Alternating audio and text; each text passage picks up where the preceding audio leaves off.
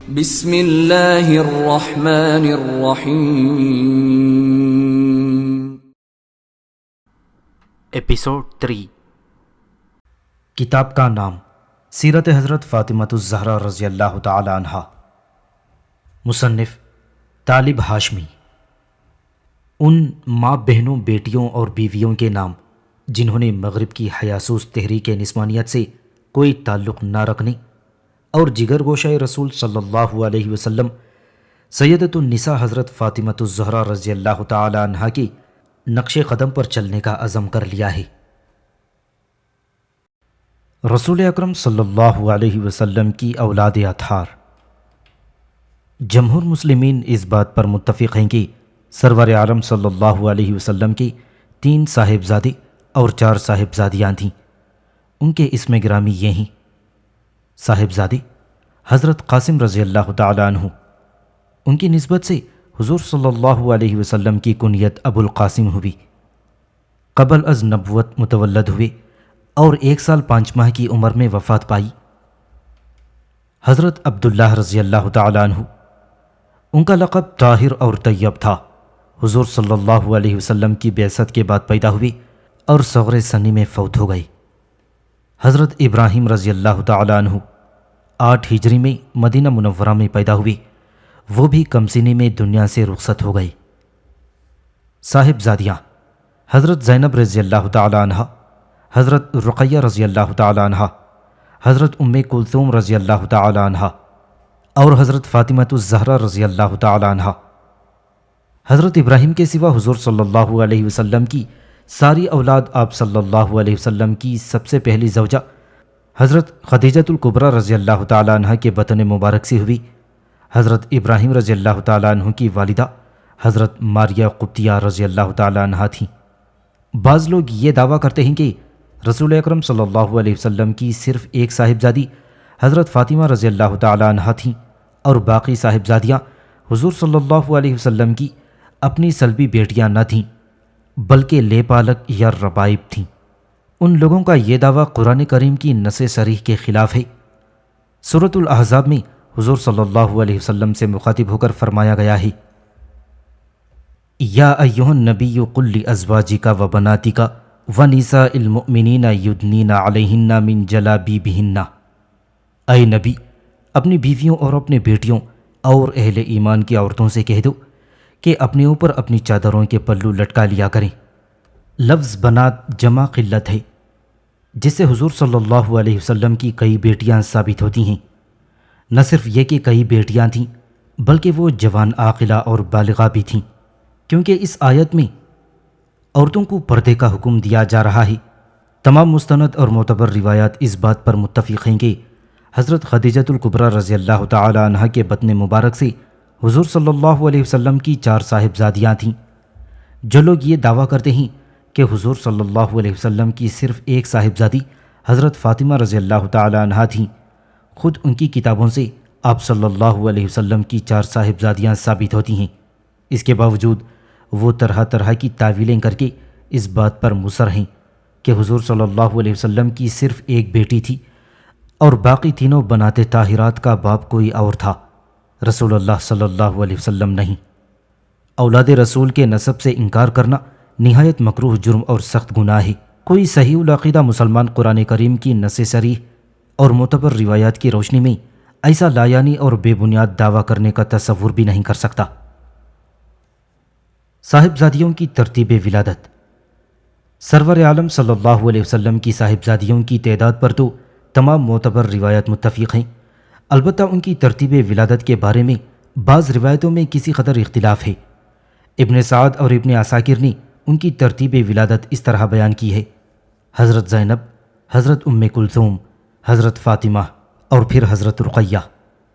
ابن حزم اور حافظ ذہبی کے نزدیک حضور صلی اللہ علیہ وسلم کی صاحبزادیوں کی ترتیب ولادت یہ ہے: حضرت زینب، حضرت رقیہ، حضرت فاطمہ، حضرت ام کلثوم۔ حافظ ابن عبد البر رحمۃ اللہ علیہ اور بہت سے دوسرے علماء اور مورخین نے ان کی ترتیب ولادت اس طرح بیان کی ہے: حضرت زینب، حضرت رقیہ، حضرت ام کلثوم، حضرت فاطمہ رضی اللہ تعالی عنہ۔ جمہور ارباب علم نے اسی ترتیب کو ترجیح دی ہے۔ اس کے مطابق حضرت فاطمہ رضی اللہ تعالیٰ عنہ حضور صلی اللہ علیہ وسلم کی سب سے چھوٹی صاحبزادی تھیں۔ اردو دائرہ معارف الاسلامیہ میں لکھا ہے، عربوں میں رسم اور عادت یہ ہے کہ جب تک بڑی بہن کی شادی نہ ہو جائے چھوٹی بہن کی شادی نہیں ہوتی۔ حضرت فاطمہ رضی اللہ تعالیٰ عنہ کی بہنوں میں حضرت زینب، رقیہ اور ام کلثوم کی شادی حضرت فاطمہ کی شادی سے پہلے ہوئی تھی، جس سے معلوم ہوتا ہے کہ حضرت فاطمہ رسول اللہ صلی اللہ علیہ وسلم کی سب سے چھوٹی صاحبزادی تھیں۔ حضرت سیدہ زینب رضی اللہ تعالی عنہ بنت رسول اللہ صلی اللہ علیہ وسلم۔ حضرت سیدہ زینب رسول اکرم صلی اللہ علیہ وسلم کی سب سے بڑی صاحبزادی تھیں۔ وہ بعثت نبوی سے 10 سال پہلے مکہ معظمہ میں ام المؤمنین حضرت خدیجۃ الکبریٰ رضی اللہ تعالی عنہ کے بطن مبارک سے پیدا ہوئیں۔ رسول کریم صلی اللہ علیہ وسلم کی عمر مبارک اس وقت 30 برس کی تھی۔ سیدہ زینب کی شادی کم سنی یعنی بعثت نبوی سے پہلے ان کے خالازاد بھائی ابوالعاص بن ربیع بن عبد العزیٰ بن عبد شمس بن عبد مناف بن قصی کے ساتھ ہوئی تھی۔ سرور کونین صلی اللہ علیہ وسلم منصب رسالت پر جب فائز ہوئے تو حضرت زینب اپنی جلیل القدر والدہ حضرت خدیجۃ الکبریٰ رضی اللہ تعالی عنہ کی تقلید میں فوراً ایمان لے آئیں۔ بعثت کے بعد جب توحید کی دعوت عام کا آغاز ہوا تو کفار مکہ نے سرور کائنات صلی اللہ علیہ وسلم اور دعوت حق پر لبیک کہنے والوں پر بے پناہ مظالم ڈھانے شروع کر دیے۔ سیدہ زینب اپنے پدر گرامی صلی اللہ علیہ وسلم اور دوسرے اہل حق سے کفار کی بدسلوکی دیکھتیں تو انہیں بہت دکھ ہوتا۔ حارث غامدی کا بیان ہے کہ میں اور میرے والد حج کرنے کے لیے مکہ گئے۔ مینا میں ہم نے ایک بڑا مجمع دیکھا۔ دریافت کرنے پر معلوم ہوا کہ لوگوں نے ایک صحابی کے پاس ہجوم کر رکھا ہے۔ زمانہ بعثت میں مشرکین مکہ سرور عالم صلی اللہ علیہ وسلم اور دوسرے اہل حق کو صحابی یعنی بد مذہب کہا کرتے تھے، نعوذ باللہ۔ حارث کہتے ہیں کہ ہم بھی مجمع میں گئے اور دیکھا کہ رسول اللہ صلی اللہ علیہ وسلم لوگوں کو توحید کی دعوت دیتے ہیں اور مشرکین نہ صرف آپ کی ہر بات کاٹتے جاتے ہیں بلکہ آپ صلی اللہ علیہ وسلم کو گالیاں اور دھکے دے رہے ہیں۔ جب بہت سا دن چڑھ آیا تو ایک خاتون جس کے ہاتھ میں پانی کا برتن اور رومال تھا وہاں آئیں اور اس بدسلوکی کو دیکھ کر جو مشرکین کا مجمع آپ صلی اللہ علیہ وسلم سے کر رہا تھا رونے لگی تھیں۔ پھر آپ نے اس سے پانی لے کر وضو کیا، پھر اس خاتون سے کہا، بیٹی صبر کرو اور اپنے باپ کے ستائے جانے کا کچھ خیال نہ کرو، یہ دن ہمیشہ اسی طرح نہیں رہیں گے۔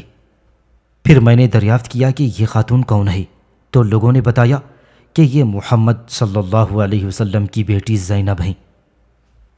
ایک اور صاحب محمد بن مدرک الازدی سے روایت ہے کہ قبول اسلام سے پہلے میں اور میرے والد حج کو گئے۔ جب مینا میں پہنچے تو ایک مجمع نظر آیا۔ وہاں جا کر دریافت کیا تو معلوم ہوا کہ ایک صحابی ہے جس نے اپنی قوم کا دین چھوڑ دیا ہے۔ میں اور میرا باپ اونٹ پر سوار تھے۔ ہم دونوں اپنے اونٹ ہجوم کے پاس لے گئے اور وہاں جو کچھ ہو رہا تھا اسے دیکھنے لگے۔ رسول اللہ صلی اللہ علیہ وسلم لوگوں کو سمجھاتے تھے اور ہجوم نہایت ذلیل حرکتیں کر رہا تھا۔ کوئی شخص آپ پر تھوک رہا تھا، کوئی گالیاں بک رہا تھا اور کوئی پتھر کنکر اور ڈھیلے پھینک رہا تھا، لیکن آپ صلی اللہ علیہ وسلم ان کی ایذا رسانی کے باوجود توحید کی خوبیاں بیان فرما رہے تھے۔ بہت دیر اسی کشمکش میں گزر گئی۔ آخر ایک لڑکی پانی کا ایک برتن لے کر آئیں۔ وہ آپ صلی اللہ علیہ وسلم کی حالت دیکھ کر رونے لگیں۔ لوگوں سے پوچھنے پر معلوم ہوا کہ یہ آپ کی صاحبزادی حضرت زینب رضی اللہ تعالی عنہا ہیں۔ آپ نے صاحبزادی سے فرمایا، بیٹی مت رو اور اپنے باپ کے بارے میں کسی قسم کا خدشہ دل میں نہ لانا۔ حضور صلی اللہ علیہ وسلم کی 2 صاحبزادیاں حضرت رقیہ اور ام کلثوم رضی اللہ تعالی عنہا ابو لہب کے 2 بیٹوں کے نکاح میں تھیں۔ انہوں نے اپنے باپ کے کہنے پر دونوں صاحبزادیوں کو رخصتی سے پہلے طلاق دے دی۔ کفار نے ابوالعاص کو بھی بہت اکسایا کہ وہ حضرت زینب کو طلاق دے دے، لیکن انہوں نے ایسا کرنے سے صاف انکار کر دیا اور حضرت زینب سے نہایت اچھا سلوک کرتے رہے۔ حضور صلی اللہ علیہ وسلم نے ابوالعاص رضی اللہ تعالیٰ عنہ کے اس طرز عمل کی ہمیشہ تعریف فرمائی۔ باوجود اتنی شرافت اور نیک نفسی کے ابوالعاص بعض موانع کی بنا پر اپنا آبائی مذہب ترک نہ کر سکے، حتیٰ کہ رسول اکرم صلی اللہ علیہ وسلم ہجرت کر کے مدینہ منورہ تشریف لے گئے۔ حضرت زینب ان دنوں اپنے سسرال میں تھیں۔ رمضان المبارک 2 ہجری میں بدر کے میدان میں حق اور باطل کے درمیان پہلا معرکہ ہوا۔ اس میں حق غالب رہا اور قریش مکہ کے بہت سے آدمی مسلمانوں کے ہاتھ گرفتار ہو گئے۔ ان میں ابو العاص بھی تھے۔ انہیں ایک انصاری حضرت عبداللہ بن جبیر رضی اللہ تعالیٰ عنہ نے اسیر کیا تھا۔ اہل مکہ نے جب یہ خبر سنی تو انہوں نے اپنے قرابت دار قیدیوں کی رہائی کے لیے حضور صلی اللہ علیہ وسلم کی خدمت میں زر فدیہ بھیجا۔ حضرت زینب رضی اللہ تعالیٰ عنہ نے بھی مکہ سے اپنے دیور عمرو بن ربیع کے ہاتھ یمنی عقیق کا وہ ہار اپنے شوہر کی رہائی کے لیے بھیجا جو انہیں حضرت خدیجۃ الکبریٰ رضی اللہ تعالیٰ عنہ نے شادی کے وقت بطور تحفہ دیا تھا۔ جب سرور کائنات صلی اللہ علیہ وسلم کی خدمت میں یہ ہار پیش کیا گیا تو حضور صلی اللہ علیہ وسلم کو حضرت خدیجۃ الکبریٰ رضی اللہ تعالیٰ عنہ یاد آ گئیں اور آپ صلی اللہ علیہ وسلم آپ دیدہ ہو گئے۔ پھر آپ نے صحابہ اکرام سے فرمایا، اگر مناسب سمجھو تو یہ ہار زینب کو واپس بھیج دو، یہ اس کی ماں کی نشانی ہے۔ ابو العاص کا فدیہ صرف یہ ہے کہ وہ مکہ جا کر زینب کو فوراً مدینہ بھیج دیں۔ تمام صحابہ نے ارشاد نبوی صلی اللہ علیہ وسلم کے سامنے سر تسلیم خم کر دیا۔ ابو العاص نے بھی یہ شرط قبول کر لی اور رہا ہو کر عازم مکہ ہو گئے۔ مکہ پہنچ کر ابو العاص نے حسب وعدہ حضرت زینب کو اپنے چھوٹے بھائی کنانہ کے ہمراہ مکہ سے مدینہ کی جانب روانہ کر دیا۔ کفار مکہ کو معلوم ہوا کہ رسول اکرم صلی اللہ علیہ وسلم کی بیٹی مدینہ جا رہی ہیں تو انہوں نے کنانہ بن ربیع اور حضرت زینب کا تعاقب کیا اور مقام ذی طوا میں انہیں جا گھیرا۔ حضرت زینب اونٹ پر سوار تھیں۔ کفار کی جماعت میں سے حبار بن اسود نے حضرت زینب کو اپنے نیزے سے زمین پر گرا دیا۔ وہ امید سے تھیں، سخت چوٹ آئی اور حمل ساقط ہو گیا۔ اس پر کنانہ نے غضبناک ہو کر ترکش سے تیر نکالے اور انہیں کمان پر چڑھا کر کفار کو للکارا کہ خبردار، اب تم میں سے کوئی آگے بڑھا تو اسے چھلنی کر ڈالوں گا۔ اسی اثنا میں وہاں رئیس قریش ابو سفیان آ گئے۔ انہوں نے کنانہ سے کہا، بھتیجے اپنے تیر روک لو، میں تم سے کچھ بات کرنا چاہتا ہوں۔ کنانہ نے پوچھا، کہو کیا کہنا چاہتے ہو؟ ابو سفیان نے کنانہ کے کان میں کہا، محمد کے ہاتھوں ہمیں جس ذلت اور رسوائی کا سامنا کرنا پڑا ہے تم اس سے بخوبی آگاہ ہو۔ اگر تم اس کی بیٹی کو اس طرح کھلم کھلا ہمارے سامنے لے جاؤ تو ہماری بڑی سبکی ہوگی۔ بہتر یہ ہے کہ تم اس وقت زینب کے ہمراہ مکہ واپس آ جاؤ اور پھر کسی وقت خفیہ طور پر زینب کو لے جانا۔ کنانہ نے یہ بات مان لی اور حضرت زینب کو لے کر مکہ واپس آ گئے۔ چند دن بعد وہ رات کے وقت چپکے سے حضرت زینب کو ساتھ لے کر بطن یا جج کے مقام پر پہنچی، جہاں محبوب رسول حضرت زید بن حارثہ حضور صلی اللہ علیہ وسلم کے حکم کے مطابق حضرت زینب کی پیشوائی کے لیے مدینہ سے نکلے تھے۔ کنانہ حضرت زینب کو حضرت زید بن حارثہ کے سپرد کر کے مکہ واپس چلے گئے اور حضرت زید سیدت زینب رضی اللہ تعالیٰ عنہ کو ساتھ لے کر مدینہ منورہ پہنچ گئے۔ ابو العاص کو حضرت زینب سے بہت محبت تھی۔ سیدہ رضی اللہ تعالیٰ عنہ کے چلے جانے کے بعد وہ بہت بے چین رہنے لگے۔ ایک دفعہ جب وہ شام کی طرف سفر کر رہی تھی تو پر درد آواز میں یہ شعر پڑھ رہی تھی، جب میں ارم کے مقام سے گزرا تو زینب کو یاد کیا اور کہا، خدا اس شخص کو شاداب رکھے جو حرم میں مقیم ہے۔ امین صلی اللہ علیہ وسلم کی بیٹی کو خدا جزائے خیر دے، اور ہر خاوند اسی بات کی تعریف کرتا ہے جس کو وہ خوب جانتا ہے۔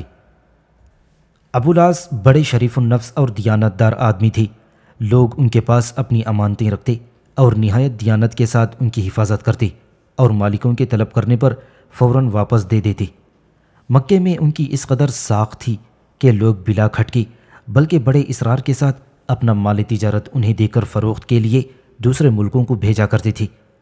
6 ہجری میں ابو العاص ایک تجارتی قافلہ لے کر شام جا رہے تھے کہ ایس کے مقام پر مجاہدین اسلام نے اس قافلے پر چھاپا مارا اور تمام مال و اسباب پر قبضہ کر لیا۔ قافلے کے تمام محافظین بھی مسلمانوں کے ہاتھ گرفتار ہو گئے۔ البتہ ابو العاص کسی طرح بچ نکلے اور مدینہ منورہ پہنچ کر حضرت زینب رضی اللہ تعالیٰ عنہ کی پناہ لے لی۔ سیدہ نے حضور صلی اللہ علیہ وسلم سے سفارش کی کہ ابو العاص کا مال انہیں واپس کر دیا جائے، چونکہ ابو العاص نے مکہ میں حضرت زینب سے اچھا سلوک کیا تھا، اس لیے حضور صلی اللہ علیہ وسلم ان کا لحاظ کرتے تھے۔ آپ صلی اللہ علیہ وسلم نے صحابہ سے فرمایا، اگر تم ابو العاص کا مال واپس کر دو تو یہ تمہارا احسان ہوگا۔ صحابہ کرام رضی اللہ تعالیٰ عنہ مجمعین کو تو ہر وقت خوشنودی رسول صلی اللہ علیہ وسلم مطلوب تھی، فوراً تمام مال و اسباب ابولاس کو واپس کر دیا۔ وہ اسے لے کر مکہ پہنچے اور پھر تمام لوگوں کی امانتیں واپس کیں۔ پھر اہل مکہ سے مخاطب ہو کر کہا، اے اہل قریش، اب میرے ذمے کسی کی کوئی امانت تو نہیں ہے؟ تمام اہل مکہ نے ایک زبان ہو کر کہا، بالکل نہیں، لات و حبل کی قسم، تم ایک نیک نہاد اور باوفا شخص ہو۔ حضرت ابوالعاص نے کہا، تو سن لو، میں مسلمان ہوتا ہوں، واللہ اسلام قبول کرنے میں مجھے صرف یہ بات مانی تھی کہ تم لوگ مجھے خائن نہ سمجھو۔ یہ کہہ کر کلمہ شہادت پڑھا اور اس کے بعد ہجرت کر کے مدینہ منورہ چلے گئے۔ حضرت زینب رضی اللہ تعالیٰ عنہ نے ابوالعاص رضی اللہ تعالیٰ عنہ کو حالت شرک میں چھوڑا تھا، اس لیے دونوں میں باہم تفریق ہو گئی تھی۔ چنانچہ حضرت ابوالعاص مشرف با اسلام ہو کر مدینہ منورہ پہنچے تو رسول اللہ صلی اللہ علیہ وسلم نے حضرت زینب اور حضرت ابوالعاص کے نکاح کی تجدید فرمائی، تاہم شرائط نکاح اور حق مہر میں کوئی تبدیلی نہ کی۔ حضرت زینب رضی اللہ تعالیٰ عنہ اس واقعے کے بعد زیادہ عرصہ زندہ نہ رہیں اور 8 ہجری میں خالق حقیقی کے حضور پہنچ گئیں۔ اس کا سبب وہی تکلیف تھی جو ہجرت کے موقع پر انہیں اونٹ سے گرنے کی وجہ سے پہنچی تھی۔ حضرت ام ایمن، حضرت سودا اور حضرت ام سلمہ رضی اللہ تعالیٰ عنہم اجمعین نے سرور عالم صلی اللہ علیہ وسلم کی ہدایت کے مطابق غسل دیا۔ جب غسل سے فارغ ہوئیں اور حضور صلی اللہ علیہ وسلم کو اطلاع دی تو آپ صلی اللہ علیہ وسلم نے اپنی تہمد مبارک عنایت فرمائی اور ہدایت کی کہ اسے کفن کے اندر زینب کو پہنچا دو۔ صحیح بخاری میں مشہور صحابیہ حضرت ام عطیہ رضی اللہ تعالیٰ عنہ سے روایت ہے کہ میں بھی زینب بنت رسول اللہ صلی اللہ علیہ وسلم کے غسل میں شریک تھیں۔ غسل کا طریقہ رسول اکرم صلی اللہ علیہ وسلم خود بتلاتی جاتی تھی۔ آپ نے فرمایا، پہلے ہر عضو کو 3 بار یا 5 بار غسل دو اور اس کے بعد کافور لگاؤ۔ ایک اور روایت میں ہے کہ حضور صلی اللہ علیہ وسلم نے حضرت ام عطیہ رضی اللہ تعالیٰ عنہ سے فرمایا، اے ام عطیہ، میری بیٹی کو اچھی طرح کفن میں لپیٹنا، اس کے بالوں کی 3 چوٹیاں بنانا اور اسے بہترین خوشبوؤں سے معطر کرنا۔ نماز جنازہ رحمت عالم صلی اللہ علیہ وسلم نے خود پڑھائی۔ حضرت ابوالعاص رضی اللہ تعالیٰ عنہ نے قبر میں اتارا۔ ایک روایت میں ہے کہ حضور صلی اللہ علیہ وسلم بھی قبر میں اترے تھے۔ جس دن سیدہ زینب رضی اللہ تعالیٰ عنہ نے وفات پائی، حضور بے حد مغموم تھے، آپ کی آنکھوں سے آنسو رواں تھے اور آپ فرما رہے تھے، زینب میری بہت اچھی لڑکی تھی جو میری محبت میں ستائی گئی۔ ایک اور روایت میں ہے کہ حضور نے اس موقع پر یہ بھی فرمایا، زینب بڑی کمزور اور ناتواں تھی، اللہ تعالیٰ نے اپنی رحمت سے اس کو قبر کی تنگی اور گھٹن سے محفوظ کر دیا ہے۔ حضرت ابوالعاص رضی اللہ تعالیٰ عنہ سے حضرت زینب کے 2 بچے ہوئے، ایک لڑکا علی اور ایک لڑکی امامہ۔ علی رضی اللہ تعالیٰ عنہ کے بارے میں مختلف روایات ہیں۔ ایک روایت کے مطابق وہ بچپن میں فوت ہو گئے، دوسری روایت کے مطابق وہ سن بلوغ کو پہنچنے سے پہلے اپنے والد ابوالعاص کے سامنے فوت ہوئے۔ فتح مکہ کے موقع پر وہ حضور صلی اللہ علیہ وسلم کے ساتھ اونٹ پر سوار تھے۔ تیسری روایت میں ہے کہ وہ جنگ یرموک تک زندہ رہی اور اسی لڑائی میں مردانہ وار لڑتے ہوئے شہادت پائی۔ حضرت امامہ رضی اللہ تعالیٰ عنہ طویل عرصے تک زندہ رہیں۔ سرور عالم صلی اللہ علیہ وسلم ان سے بے حد محبت کرتے تھے۔ صحیح بخاری میں ہے کہ ایک مرتبہ آپ صلی اللہ علیہ وسلم اس حالت میں مسجد میں تشریف لائے کہ ننھی امامہ شان مبارک پر سوار تھیں۔ آپ صلی اللہ علیہ وسلم رکوع میں جاتی تو ان کو اتار دیتی اور پھر جب سجدے کے بعد کھڑی ہوتی تو پھر کندھے پر بٹھا لیتی۔ اسی طرح پوری نماز ادا فرمائی۔ ایک دفعہ کہیں سے تحفے میں ایک قیمتی ہار آیا۔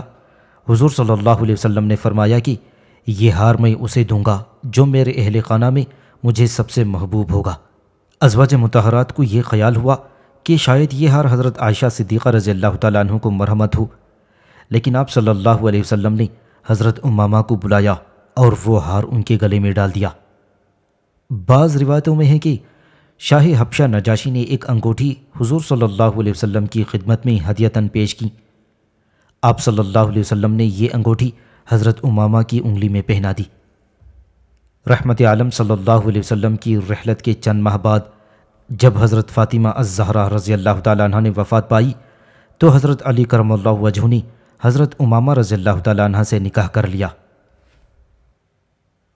40 ہجری میں حضرت علی کرم اللہ وجہ کی شہادت کے بعد وہ مغیرہ بن نوفل کے نکاح میں آئیں۔ ان کی سلب سے ایک لڑکا یحییٰ پیدا ہوا۔ بعض روایتوں میں ہے کہ حضرت امامہ کی کوئی اولاد نہیں ہوئی۔ حضرت امامہ رضی اللہ تعالیٰ عنہ کا انتقال مغیرہ ہی کے گھر میں ہوا تھا۔ حافظ ابن عبد البر رحمۃ اللہ علیہ نے الاستیعاب میں لکھا ہے کہ حضرت زینب رضی اللہ تعالیٰ عنہ کے شوہر حضرت ابو العاص رضی اللہ تعالیٰ عنہ نے 13 ہجری میں وفات پائی تھی۔ حضرت سیدہ رقیہ رضی اللہ تعالیٰ عنہ بنت رسول اللہ صلی اللہ علیہ وسلم۔ حضرت سیدہ رقیہ سرور کونین صلی اللہ علیہ وسلم کی دوسری صاحبزادی تھیں، جو بعثت نبوی سے 7 سال پہلے ام المؤمنین حضرت خدیجۃ الکبریٰ رضی اللہ تعالیٰ عنہ کی بطن مبارک سے پیدا ہوئی۔ سیدہ رقیہ کا پہلا نکاح اپنے ابن عم عتبہ بن ابی لہب سے ہوا تھا۔ حضور صلی اللہ علیہ وسلم کے اعلان کے بعد اور بعض روایتوں کے مطابق سورہ تبت یدا ابی لہب کے نزول کے بعد عتبہ نے اپنے باپ ابی لہب کے حکم کے مطابق حضرت رقیہ رضی اللہ تعالیٰ عنہ کو طلاق دے دی۔ ان کی رخصتی ابھی نہیں ہوئی تھی۔ یہی عتبہ فتح مکہ کے موقع پر شرف اسلام سے بہرور ہو گئے اور ان کے بھائی معتب ابن ابی لہب نے بھی اسی موقع پر اسلام قبول کر لیا۔ علامہ ابن سعد رحمۃ اللہ علیہ کا بیان ہے کہ دونوں بھائیوں کے سعادت اسلام ہونے پر سرور عالم صلی اللہ علیہ وسلم کو بےحد مسرت ہوئی۔ آپ صلی اللہ علیہ وسلم دونوں کا ہاتھ پکڑ کر انہیں باب کعبہ اور حجر اسود کے درمیان لے گئے اور کچھ دعا فرمائی۔ اس وقت حضور صلی اللہ علیہ وسلم کا روئے انور فرت مسرت سے چمک رہا تھا۔ حضرت عباس نے عرض کیا، یا رسول اللہ، خدا آپ کو ہمیشہ خوش رکھے، آپ بہت خوش نظر آتے ہیں۔ فرمایا، میں نے اپنے ان بھائیوں کو اللہ سے مانگا تھا، اس نے مجھے دے دیے، اسی لیے میں خوش ہوں۔ قبول اسلام کے بعد حضرت عتبہ رضی اللہ تعالیٰ عنہ غزوہ حنین اور غزوہ طائف میں شریک ہوئے اور بڑی پامردی سے لڑے۔ حافظ ابن حجر نے اصابہ میں لکھا ہے کہ حضرت عتبہ بن ابی لہب نے حضرت ابو بکر صدیق رضی اللہ تعالیٰ عنہ کے عہد خلافت میں وفات پائی۔ اس واقعے کے بعد سرور کونین صلی اللہ علیہ وسلم نے حضرت عثمان بن عفان رضی اللہ تعالیٰ عنہ کو اپنی دامادی کے لیے منتخب فرمایا۔ وہ بنو امیہ کے ایک ممتاز فرد تھے اور نہایت اعلیٰ اوصاف و خصائل سے متصف تھے۔ ان کی اپنی دلی خواہش بھی یہی تھی کہ انہیں حضور کا خویش یعنی داماد بننے کا شرف حاصل ہو۔ چنانچہ حضور صلی اللہ علیہ وسلم نے حضرت رقیہ کی شادی حضرت عثمان سے کر دی۔ مکہ میں جب کفار نے مسلمانوں کو بےحد ستایا تو حضور صلی اللہ علیہ وسلم نے انہیں حبشہ کی طرف ہجرت کرنے کی اجازت دے دی۔ چنانچہ 5 نبوت میں کچھ دوسرے مسلمانوں کے ساتھ حضرت عثمان بھی حضرت رقیہ کے ہمراہ حبشہ کو ہجرت کر گئے۔ حضور صلی اللہ علیہ وسلم کو ان کی ہجرت حبشہ کی خبر ملی تو آپ نے فرمایا، ابراہیم اور لوط علیہ السلام کے بعد عثمان پہلے شخص ہیں جنہوں نے اللہ کی راہ میں اپنی بیوی کے ہمراہ ہجرت کی۔ چند ماہ بعد حضرت عثمان رضی اللہ تعالیٰ عنہ اور حضرت رقیہ رضی اللہ تعالیٰ عنہ حبشہ سے مکہ واپس آ گئے، لیکن کفار کی ایذا رسانیاں پہلے سے بڑھ گئی تھیں۔ چنانچہ دونوں میاں بیوی بہت سے دوسرے مسلمانوں کے ساتھ دوبارہ حبشہ کی طرف ہجرت کر گئے۔ عرصے تک حضور کو ان کے بارے میں کوئی خبر نہ ملی۔ آپ بہت متفکر ہوئے۔ ایک دن کسی عورت نے آ کر خبر دی کہ میں نے عثمان اور رقیہ کو بچشم خود حبشہ میں بخیریت دیکھا ہے۔ اس پر حضور صلی اللہ علیہ وسلم کو اطمینان ہو گیا۔ ایک روایت میں یہ ہے کہ اس موقع پر بھی آپ صلی اللہ علیہ وسلم نے فرمایا، اللہ ان دونوں پر رحم فرمائے، عثمان پہلے شخص ہیں جنہوں نے اللہ کی راہ میں اپنی اہلیہ کے ساتھ ہجرت کی۔ کافی عرصے بعد حبشہ میں قیام کرنے کے بعد حضرت عثمان کو خبر ملی کہ رسول اکرم صلی اللہ علیہ وسلم مدینہ منورہ کی طرف ہجرت کرنے والے ہیں۔ چنانچہ وہ کچھ دوسرے مسلمانوں اور حضرت رقیہ کے ہمراہ حبشہ سے مکہ واپس آئے اور چند دن کے بعد حضور صلی اللہ علیہ وسلم کی اجازت سے مدینہ منورہ کی طرف ہجرت کی۔ وہاں حضرت اوس بن ثابت رضی اللہ تعالیٰ عنہ کے گھر اترے۔ 2 ہجری میں جب حضور صلی اللہ علیہ وسلم غزوہ بدر کے لیے روانہ ہو رہے تھے، حضرت رقیہ رضی اللہ تعالیٰ عنہ کو چیچک نکل آئی۔ آپ صلی اللہ علیہ وسلم نے حضرت عثمان کو حکم دیا کہ وہ رقیہ کی خبر گیری کے لیے مدینہ میں ہی ٹھہریں۔ اس کے عوض اللہ تعالیٰ انہیں جہاد میں شریک ہونے کا ثواب بھی دے گا اور مال غنیمت میں سے حصہ بھی۔ چنانچہ عثمان رضی اللہ تعالیٰ عنہ مدینہ منورہ میں ہی ٹھہرے رہے۔ رسول اکرم صلی اللہ علیہ وسلم نے ابھی بدر سے مراجعت نہیں فرمائی تھی کہ حضرت رقیہ کی تکلیف بڑھ گئی اور انہوں نے 21 سال کی عمر میں رحلت فرمایا۔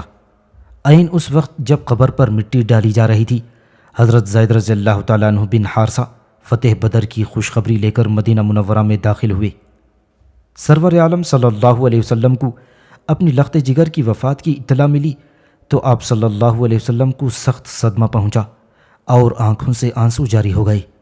مدینہ منورہ واپس پہنچ کر آپ صلی اللہ علیہ وسلم حضرت رقیہ رضی اللہ تعالیٰ عنہ کی قبر پر تشریف لے گئے اور فرمایا، عثمان بن مدعون جا چکے، اب تم بھی ان سے جا ملو۔ عثمان بن مدعون پہلے مہاجر تھے جنہوں نے مدینہ آ کر وفات پائی تھی۔ حضور صلی اللہ علیہ وسلم کے اس ارشاد پر عورتوں میں کوہرام مچ گیا۔ حضرت عمر رضی اللہ تعالیٰ عنہ نے انہیں سختی سے منع کیا۔ حضور صلی اللہ علیہ وسلم نے فرمایا، عمر انہیں رونے دو، دل اور آنکھ کے رونے میں کوئی حرج نہیں، البتہ نوحہ بین سے بچنا چاہیے کہ یہ شیطانی حرکت ہے۔ حضرت سیدہ فاطمہ الزہرا رضی اللہ تعالیٰ عنہ بھی اپنی بہن کی قبر پر تشریف لائیں اور قبر کے کنارے بیٹھ کر رونے لگیں۔ حضور صلی اللہ علیہ وسلم اپنی چادر مبارک کے کناروں سے ان کے آنسو پونچھتے جاتے تھے۔ حضرت رقیہ کے قیام حبش کے دوران میں ان سے ایک لڑکا پیدا ہوا جس کا نام عبداللہ رکھا گیا۔ اسی صاحبزادے کی نسبت سے حضرت عثمان رضی اللہ تعالیٰ عنہ کی کنیت ابو عبداللہ مشہور ہوئی۔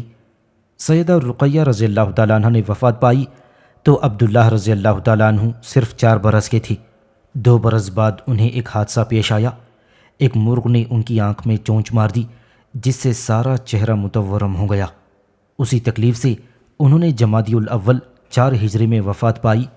حضور صلی اللہ علیہ وسلم نے نماز جنازہ پڑھائی اور حضرت عثمان نے قبر میں اتارا۔ حضرت عثمان بن عفان رضی اللہ تعالیٰ عنہ اور حضرت رقیہ رضی اللہ تعالیٰ عنہ میں باہم بے حد محبت تھی۔ ان کے تعلقات اتنے خوشگوار اور مثالی تھے کہ لوگوں میں ان کی نسبت یہ مقولہ ضرب المثل کی حیثیت اختیار کر گیا تھا، احسن الزوجین رحم الانسان رقیہ و زوجہ عثمان، یعنی رقیہ اور عثمان رضی اللہ تعالیٰ عنہ مجمعین سے بہتر میاں بیوی کسی انسان نے نہیں دیکھے۔ سیدہ حضرت ام کلثوم رضی اللہ تعالی عنہا بنت رسول اللہ صلی اللہ علیہ وسلم۔ حضرت سیدہ ام کلثوم رضی اللہ تعالی عنہا سرور کونین صلی اللہ علیہ وسلم کی تیسری صاحبزادی ہیں۔ بعض اہل سیر نے ان کا نام امیہ لکھا ہے، لیکن انہوں نے اپنی کنیت ابو الکلثوم سے شہرت پائی۔ حضرت ام کلثوم رضی اللہ تعالی عنہا بعثت نبوی سے 6 سال قبل ام المؤمنین حضرت خدیجۃ الکبریٰ رضی اللہ تعالی عنہا کے بطن سے دنیا میں تشریف لائی تھیں۔ حضرت رقیہ سے 1 سال چھوٹی اور حضرت سیدہ فاطمہ زہرا رضی اللہ تعالی عنہا سے 1 سال بڑی تھیں، جن کا نکاح بعثت نبوی سے پہلے اپنے ابن عم عتیبہ بن ابو لہب سے ہوا تھا۔ بعثت نبوی کے چند سال بعد جب سورہ تبت یدا ابی لہب نازل ہوئی تو ابو لہب کو سخت غصہ آیا۔ اس کے ایک بیٹے عتبہ کے نکاح میں رقیہ بنت رسول اللہ صلی اللہ علیہ وسلم تھیں اور دوسرے بیٹے عتیبہ سے حضرت ام کلثوم رضی اللہ تعالی عنہا کا نکاح ہوا تھا، لیکن ابھی رخصتی نہیں ہوئی تھی۔ ابو لہب نے اپنے دونوں بیٹوں کو بلایا اور ان سے کہا، میرا اٹھنا بیٹھنا تمہارے ساتھ حرام ہے اگر تم نے اس محمد کی لڑکیوں کو طلاق نہ دی۔ دونوں بیٹوں نے بدبخت باپ کے حکم کی تعمیل کی۔ عتبہ نے حضرت سیدہ رقیہ کو اور عتیبہ نے سیدہ ام کلثوم رضی اللہ تعالی عنہا کو طلاق دے دی رخصتی سے پہلے۔ بعض روایتوں میں ہے کہ یہ واقعہ حضور صلی اللہ علیہ وسلم کے اعلان نبوت کے بعد اور سورہ تبت یدا ابی لہب کے نزول سے پہلے پیش آیا۔ واقعہ طلاق کے بعد حضرت رقیہ رضی اللہ تعالی عنہا حضرت عثمان غنی کے عقد نکاح میں آئیں۔ 2 ہجری میں حضرت رقیہ رضی اللہ تعالی عنہا کا انتقال ہو گیا۔ حضرت عثمان رضی اللہ تعالی عنہ کو ان کی وفات سے سخت صدمہ پہنچا۔ اسی زمانے میں حضرت عمر فاروق رضی اللہ تعالی عنہ کی صاحبزادی حضرت حفصہ رضی اللہ تعالی عنہا بیوہ ہو گئیں۔ حضرت عمر نے حضرت عثمان سے اس خواہش کا اظہار کیا کہ وہ حضرت حفصہ سے نکاح کر لیں، لیکن انہوں نے تعامل کیا۔ رسول اکرم صلی اللہ علیہ وسلم کو خبر ہوئی تو آپ صلی اللہ علیہ وسلم نے حضرت عمر سے فرمایا کہ میں تمہیں حفصہ کے لیے عثمان سے بہتر شخص دیتا ہوں اور عثمان کے لیے حفصہ سے بہتر رشتہ بتاتا ہوں۔ پھر فرمایا حفصہ کا نکاح مجھ سے کر دو اور میں اپنی بیٹی کی شادی عثمان سے کر دیتا ہوں جو رقیہ کے فوت ہو جانے سے بہت دل گرفتہ ہیں۔ اس پر حضرت عمر رضی اللہ تعالیٰ عنہ فوراً رضامند ہو گئے۔ چنانچہ حضرت حفصہ رضی اللہ تعالیٰ عنہ کا نکاح رسول اکرم صلی اللہ علیہ وسلم سے ہو گیا اور حضرت ام کلثوم کا نکاح حضور صلی اللہ علیہ وسلم نے حضرت عثمان سے پڑھا دیا اور حق مہر وہی مقرر ہوا جو حضرت رقیہ رضی اللہ تعالیٰ عنہ کا تھا۔ عتیبہ بن ابی لہب کے بارے میں آتا ہے کہ اپنے والد کی طرح وہ بھی اپنے والد کی طرح سخت اسلام دشمن تھا۔ ایک دفعہ اس نے اپنی ونایت تباہ کا مظاہرہ اس طرح کیا کہ رسول اکرم صلی اللہ علیہ وسلم کے پاس جا کر کہنے لگا میں النجم اذا ہوا اور الذی دنا فتد اللہ کا انکار کرتا ہوں۔ بدبخت نے یہی کہنے پر اکتفا نہ کیا بلکہ حضور صلی اللہ علیہ وسلم کی طرف تھوکا جو آپ پر پڑا نہیں۔ سرور عالم صلی اللہ علیہ وسلم کو اس کی یہ حرکت سخت ناگوار گزری اور آپ کی زبان مبارک پر یہ الفاظ آ گئے الہی اس پر اپنے کتوں میں سے ایک کتے کو مسلط کر دے۔ اس واقعے کے بعد عتیبہ اپنے باپ کے ساتھ شام کے سفر پر روانہ ہوا۔ اثناء سفر میں قافلے نے ایک ایسی جگہ قیام کیا جہاں رات کو درندے آتے تھے۔ وہاں کے باشندوں نے ابو لہب کو اس خطرے سے آگاہ کیا تو اس نے اپنے ساتھیوں سے کہا کہ عتیبہ کی حفاظت کا اچھی طرح انتظام کریں کیونکہ مجھے محمد صلی اللہ علیہ وسلم کی بد دعا سے خوف آتا ہے۔ اس پر اہل کاروان نے عتیبہ کے چاروں طرف اپنے اونٹ بٹھا دیے اور سو گئے۔ رات کو ایک شیر آیا اور اونٹوں کے بیچوں بیچ سے ہوتا ہوا عتیبہ پر جا پڑا اور اسے پھاڑ کھایا۔ حضرت ام کلثوم رضی اللہ تعالی عنہ حضرت عثمان کے نکاح کے بعد 6 سال تک زندہ رہیں۔ شعبان 9 ہجری میں انہوں نے وفات پائی تو رسول اکرم صلی اللہ علیہ وسلم کو سخت صدمہ پہنچا۔ آپ کی پھوپھی حضرت صفیہ رضی اللہ تعالی عنہ بنت عبد المطلب، حضرت ام عطیہ لیلہ رضی اللہ تعالی عنہ بنت خائف اور حضرت اسماء بنت عمیس رضی اللہ تعالی عنہ مجمعین نے حضور صلی اللہ علیہ وسلم کی ہدایت کے مطابق غسل دیا۔ حضور نے کفن کے لیے اپنی چادر مبارک دی اور خود ہی نماز جنازہ پڑھائی۔ حضرت ابو طلحہ، حضرت علی کرم اللہ وجہہ، حضرت اسامہ بن زید اور حضرت فضل بن عباس حضور صلی اللہ علیہ وسلم کی اجازت سے قبر میں اترے اور حضرت سیدہ رضی اللہ تعالی عنہ کو جنت البقیع میں سپرد خاک فرمایا۔ حضرت انس بن مالک رضی اللہ تعالی عنہ سے روایت ہے کہ جس وقت سیدہ ام کلثوم رضی اللہ تعالی عنہ کو قبر میں اتارا گیا حضور صلی اللہ علیہ وسلم قبر کے پاس تشریف فرما تھی اور آپ کی آنکھوں سے آنسو جاری تھے۔ سیدہ ام کلثوم رضی اللہ تعالی عنہ سے کوئی اولاد نہیں ہوئی تھی۔ سامعین سے گزارش کی جاتی ہے کہ ہمارے سارے چینلز ایلیکونٹ ادب ایکسٹراز، سواد آف حق چینل اور اتحاد الانصار چینل میں جن آڈیو بکس اور سیریز کو مکمل کیا جا چکا ہے ان سب کا مطالعہ ہمارے پلے لسٹ سیکشن سے کریں اور ان آڈیو بکس اور سیریز کو آپ اپنے دوست و احباب میں شیئر کرتے رہیں اور ہمارے سوشل میڈیا پلیٹ فارمز کے لنکس ڈسکرپشن میں دیے گئے ہیں۔ ہمیں سبسکرائب اور فالو ضرور کریں۔ جزاک اللہ۔